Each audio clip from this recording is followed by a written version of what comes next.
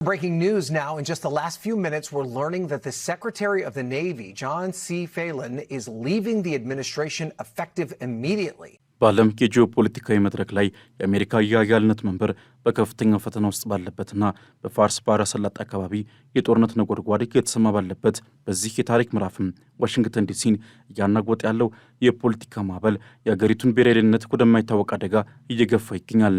በተለይም በሆርሙዝ ሰርጥና በኢራን የባህር ጠረፍ አካባቢ የአሜሪካ ባህር ኃይል ታሪካዊ የተባለውን የባህር ላይ እገዳ በኢራን ላይ እየጣለ ባለበትና በሁለቱ ሀገራት መካከል ያለው ግጭትም ወደ ከፋ ደረጃ ሊሸጋገር በሚችልበት ወሳኝ ሰዓት የባህር ኃይል ዋና ኃላፊው ጆን ፌላን ከስልጣናቸው በድንገት መባረራቸው የአሜሪካን ወታደራዊ አቅምና ስልታዊ ዝግጁነት ጥያቄ ውስጥ ጥሎታል።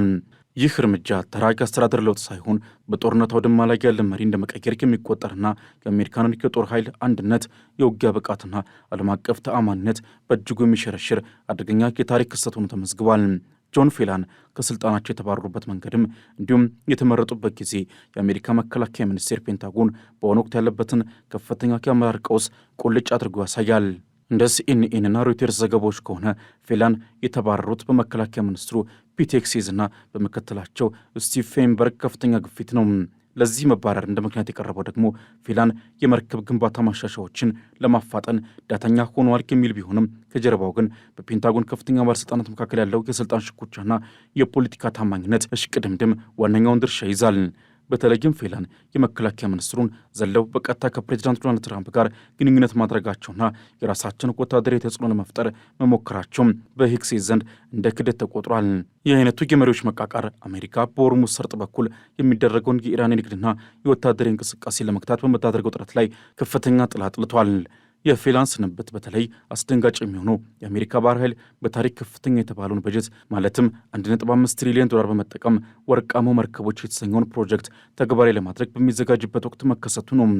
አሜሪካ በአሁኑ ወቅትም በባህር ላይ ካለባት የኢራን ስጋት በተጨማሪ በቻይና ግዙፍ የመርከብ ግንባታ አቅም እየተቀደመች ባለችበት ሁኔታ የባህር ኃይሉን የበላይ መሪ በድንገት ማንሳት ለጠላቶቿ ትልቅ የምስራች ነው።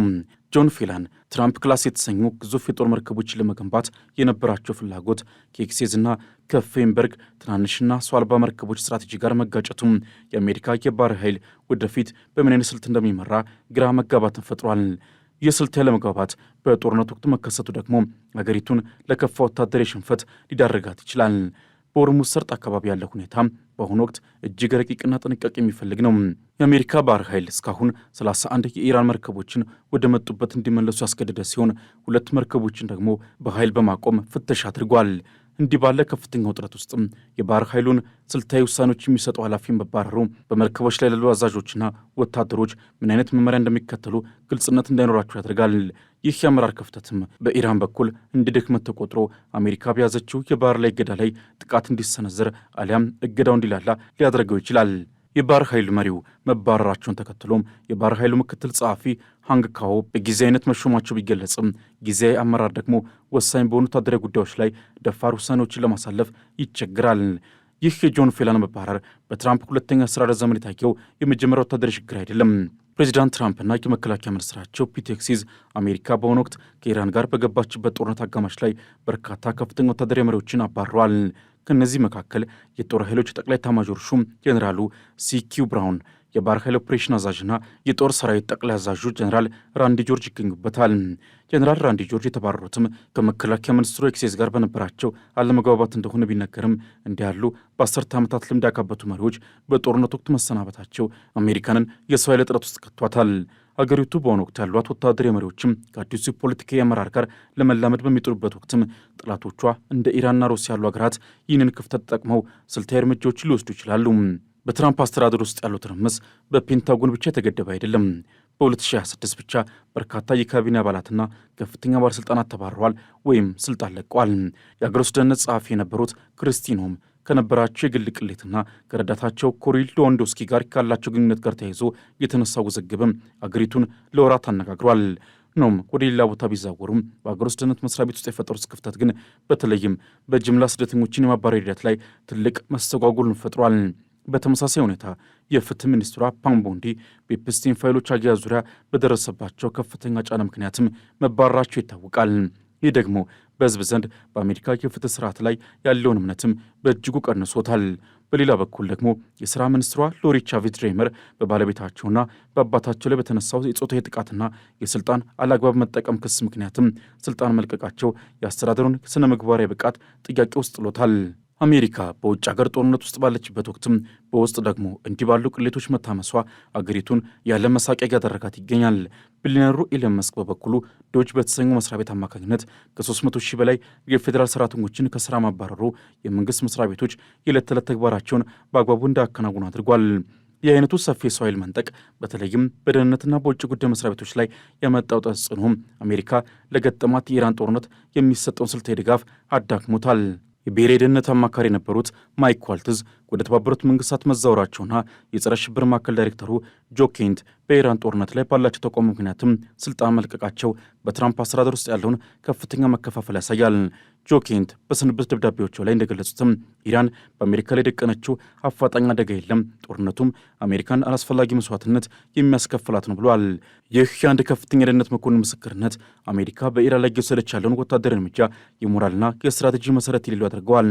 ፕሬዚዳንት ትራምፕም ለዚህ ተቋሙ የሰጡት ምላሽም በኬንት የግል ሕይወት ላይ ያተኮረ ስድብ መሆኑ በአሁኑ ወቅትም በነጩ ቤተ መንግስት ያለው አመራር ምን ያህል ከባለሙያ ምክር የራቀና በስሜት ላይ የተመሰረተ መሆኑን ያረጋግጣል። ጆን ፌላን ከመባረራቸው በፊት በነበረው ረቡዕ ዕለትም በነጩ ቤተ መንግስት ውስጥ የተካሄደው ድራማ የአስተዳደሩ መስቀልቀል ሁኔታ በግልጽ ያሳያል።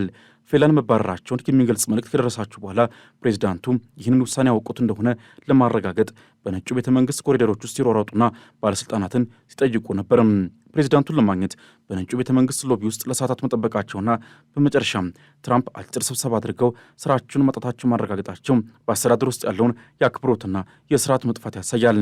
እንዲህ ያለ ግራ መጋባት በከፍተኛ ባለሥልጣናት መካከል ካለ በታችኛው ወታደራዊ ክፍል ውስጥ ያለውን መዘበራረቅ መገመት አያዳግትም።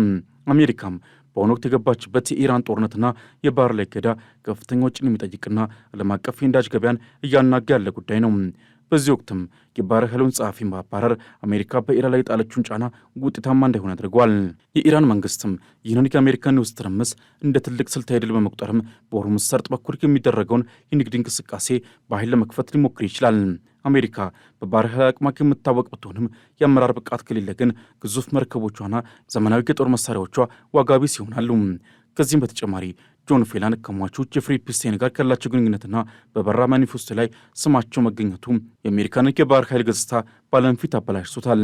ምንም እንኳን የፌላን ወዳጆች ግንኙነቱ በአጋጣሚ የተፈጠረ ነው ቢሉም እንዲህ ያሉ የግል ታሪኮች ያላቸው ግለሰቦች ለከፍተኛ ስልጣን መታጨታቸውና በኋላም በፖለቲካ የጫና መባረራቸው የአሜሪካን ዲሞክራሲ ስርዓትና የመመልመያ መስፈርቶች ለከፍተኛ ትችት አጋልጧል። የፌላን መባረር አሜሪካ በአሁኑ ወቅት ካለችበት የኢራን ጦርነት ጋር ተዳምሮ አገሪቱ ከውስጥም ከውጭም እየፈራረሰች ያለች ግዙፍ አካል ልትመስል አድርጓታል። ሌላው ሊጠቀስ የሚገባው ጉዳይም የድንበር ጥበቃ አዛዡ ግሪጎሪ ቦቪኖ ጡረታ መውጣታቸው ነው። ቦቪኖ በቅርቡ በሚኒያፖሊስ በተካሄደ የስደተኞች አሰሳ ወቅትም የሁለት አሜሪካውያን ዜጎች ሕይወት እንዲጠፋ ምክንያት በሆነ ኦፕሬሽን ላይ በነበራቸው አመራርም ከፍተኛ ወቀሳ ደርሶባቸዋል። 100 ሚሊዮን ሰዎችን የማባረር ዕቅድ ነበረኝ ያሉት ቦቪኖም አሜሪካ በአሁኑ ወቅትም በሀገር ውስጥ ያለችበትን የፖሊስ መንግስት ገጽታ የሚያንጸባርቁ ናቸው። ይህ በሀገር ውስጥ ያለው የሰብአዊ መብት ጥሰትና ወታደራዊ ጫናም አሜሪካ በውጭ ሀገር ለምታደርገው ለዲሞክራሲ ቆማለሁ የሚል ፕሮፓጋንዳ ትልቅ እንቅፋት ሆኖበታል። የጆን ፌላን ከስልጣን መባረር በአሜሪካ ባህር ኃይል የፈጠረው ድንጋጤ በዋሽንግተን የፖለቲካ ክበቦች ውስጥ ብቻ የተገደበ አይደለም። ይልቁንም በሆርሙዝ ሰርጥና በፋርስ ባህረ ሰላጤ ላይ ለሚገኙት በሺዎች ለሚቆጠሩ መርከበኞችና አዛዦችም ትልቅ ስጋት ሆኗል። አሜሪካ በታሪኳ ከፍተኛ ወታደራዊ በጀት ይዛ ከኢራን ጋር በገባችበት በዚህ የሞትና የሽረት ፍልሚያ ወቅትም የባህር ኃይሉን የበላይ መሪ በድንገት ማንሳት ማለት የአገሪቱን ወታደራዊ ስልት ጭንቅላት እንደሌለው አካል አድርጎታል።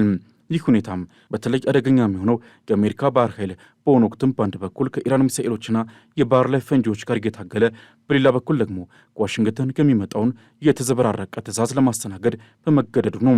የፌላን ስንብት መነሻ የሆነው የመርከብ ግንባታ ማሻሻያ ጉዳይም የአሜሪካንን ወታደራዊ ኢንዱስትሪ ውስብስብነት ያጋለጠ ትልቅ ቀውስ ነው።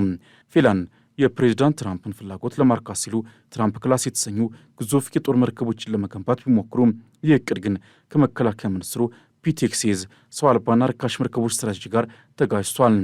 ይህ በሁለቱ ከፍተኛ ባለሥልጣናት መካከል የነበረው የስትራቴጂ ልዩነትም በቢሊዮን የሚቆጠር ዶላር በጀት በከንቱ እንዲባክል ከማድረጉም በላይ አሜሪካ ከቻይና ጋር በምታደርገው የባህር ላይ ፉክክር ወደኋላ እንድትቀር አድርጓታል። ቻይና በአሁኑ ወቅትም በዓለም ፈጣኑና ግዙፉን የመርከብ ግንባታ ኢንዱስትሪ እየመራች ባለችበት ወቅትም አሜሪካ በመሪዎቿ ሽኩቻ ምክንያት የመርከብ ግንባታ ፕሮግራሟ ሽባ መሆኑ የአገሪቱን ወደፊት የባህር ላይ የበላይነትንም በእጅጉ ያዳክሟል። በተጨማሪም የባህር ኃይሉን ስልታዊ ውሳኔዎች የመስጠት ስልጣን ከባህር ኃይል ጸሐፊው ተነጥቆ ወደ ምክትል መከላከያ ሚኒስትሩ ስቲቭ ፌንበርግና ወደ ነጩ ቤተ መንግስት የበጀት ቢሮ መዛወሩም ወታደራዊ ውሳኔዎች በባለሙያዎች ሳይሆን በፖለቲከኞች እንዲወሰኑ አድርጓል። ይህ አይነቱ የአሰራር ለውጥም በጦርነት ወቅት ለሚከሰቱ ድንገተኛ ክስተቶች ፈጣን ምላሽ የመስጠት አቅምን ይገዳደራል። ፌንበርግ የባህር ውስጥ መርከቦችንና የመርከብ ግንባታ ሂደቱን ለመቆጣጠር መሞከራቸው በባህር ኃይል ውስጥ ያለውን የአዛዥነት ሰንሰለት አበላሽቶታል። አንድ መርከብ አዛዥ ለማን ታማኝ መሆን እንዳለበትና ማንን መስማት እንዳለበት ግራ በሚጋባበት ሁኔታ ውስጥም አሜሪካ በኢራን ላይ ጣለችው የባህር ላይ እገዳ ውጤታማ ሊሆን አይችልም። ይህ የአመራር መናጋት በፔንታጎን ውስጥ ካለው ሰፊ የመንጠቅ ዘመቻ ጋር የተያያዘ ነው። ፒቴክሲዝ መከላከያ ሚኒስትሩን ከተረከቡ በኋላ ወታደራዊውን መዋቅር እናስተካክላለን በሚል ስም በ10 ዓመታት ልምድ ያካበቱ ጄኔራሎችንና አድሚራሎችን አባረዋል። የጦር ኃይሎች ጠቅላይ ኤታማዦር ሹም የነበሩት ጄኔራል ሲኪው ብራውን መባረራቸው በአሜሪካ ጦር ውስጥ ከፍተኛ ቅሬታን መፍጠሩ ይታወሳል። ብራውን የአየር ኃይልና ጠቅላላ ጦሩን በመምራት ረገድም የነበራቸው ብቃት የሚመሰከርለት ቢሆኑም በፖለቲካ አመለካከታቸው ምክንያትም መወገዳቸው አሜሪካን በታሪክ ታይቶ በማይታወቅ የአመራር ክፍተት ውስጥ ከቷታል። አሜሪካ አሁን ያለችበት ሁኔታ በታሪክ አይታወቅ የማታውቀው የመሪዎች ትርምስና የስልታዊ ውሳኔዎች መዛባት የታየበት ወቅት ነው። ይህ ደግሞ አገሪቱን ወደ ታሪካዊ ውድቀት ሊመራት የሚችል የህልውና ስጋት ሆኖ ተጋርጧል። የጆን ፌላን ስንብት የአንድ ባለሥልጣን ሥራ ማጣት ብቻ ሳይሆን የአሜሪካ ባህር ኃይልና ብሔራዊ ደህንነት በፖለቲካ ቁማር ውስጥ መውደቃቸውን የሚያበስር ደውል ነው። አሜሪካ ከዚህ ቀውስ ለመውጣት የምታደርገው ጥረትም ከኢራን ጋር ከምታደርገው ጦርነት በላይ ፈታኝ እንደሚሆንባት ጥርጥር የለውም። አገር የምትመራው በግለሰቦች ስሜትና በፖለቲካ የታማኝነት ብቻ ከሆነ ውጤቱም ሁልጊዜም እንዳሁኑ አሜሪካ የገባችበት አይነት የታሪክና የወታደር መስቀልቅል መሆኑ አይቀሬ ነው።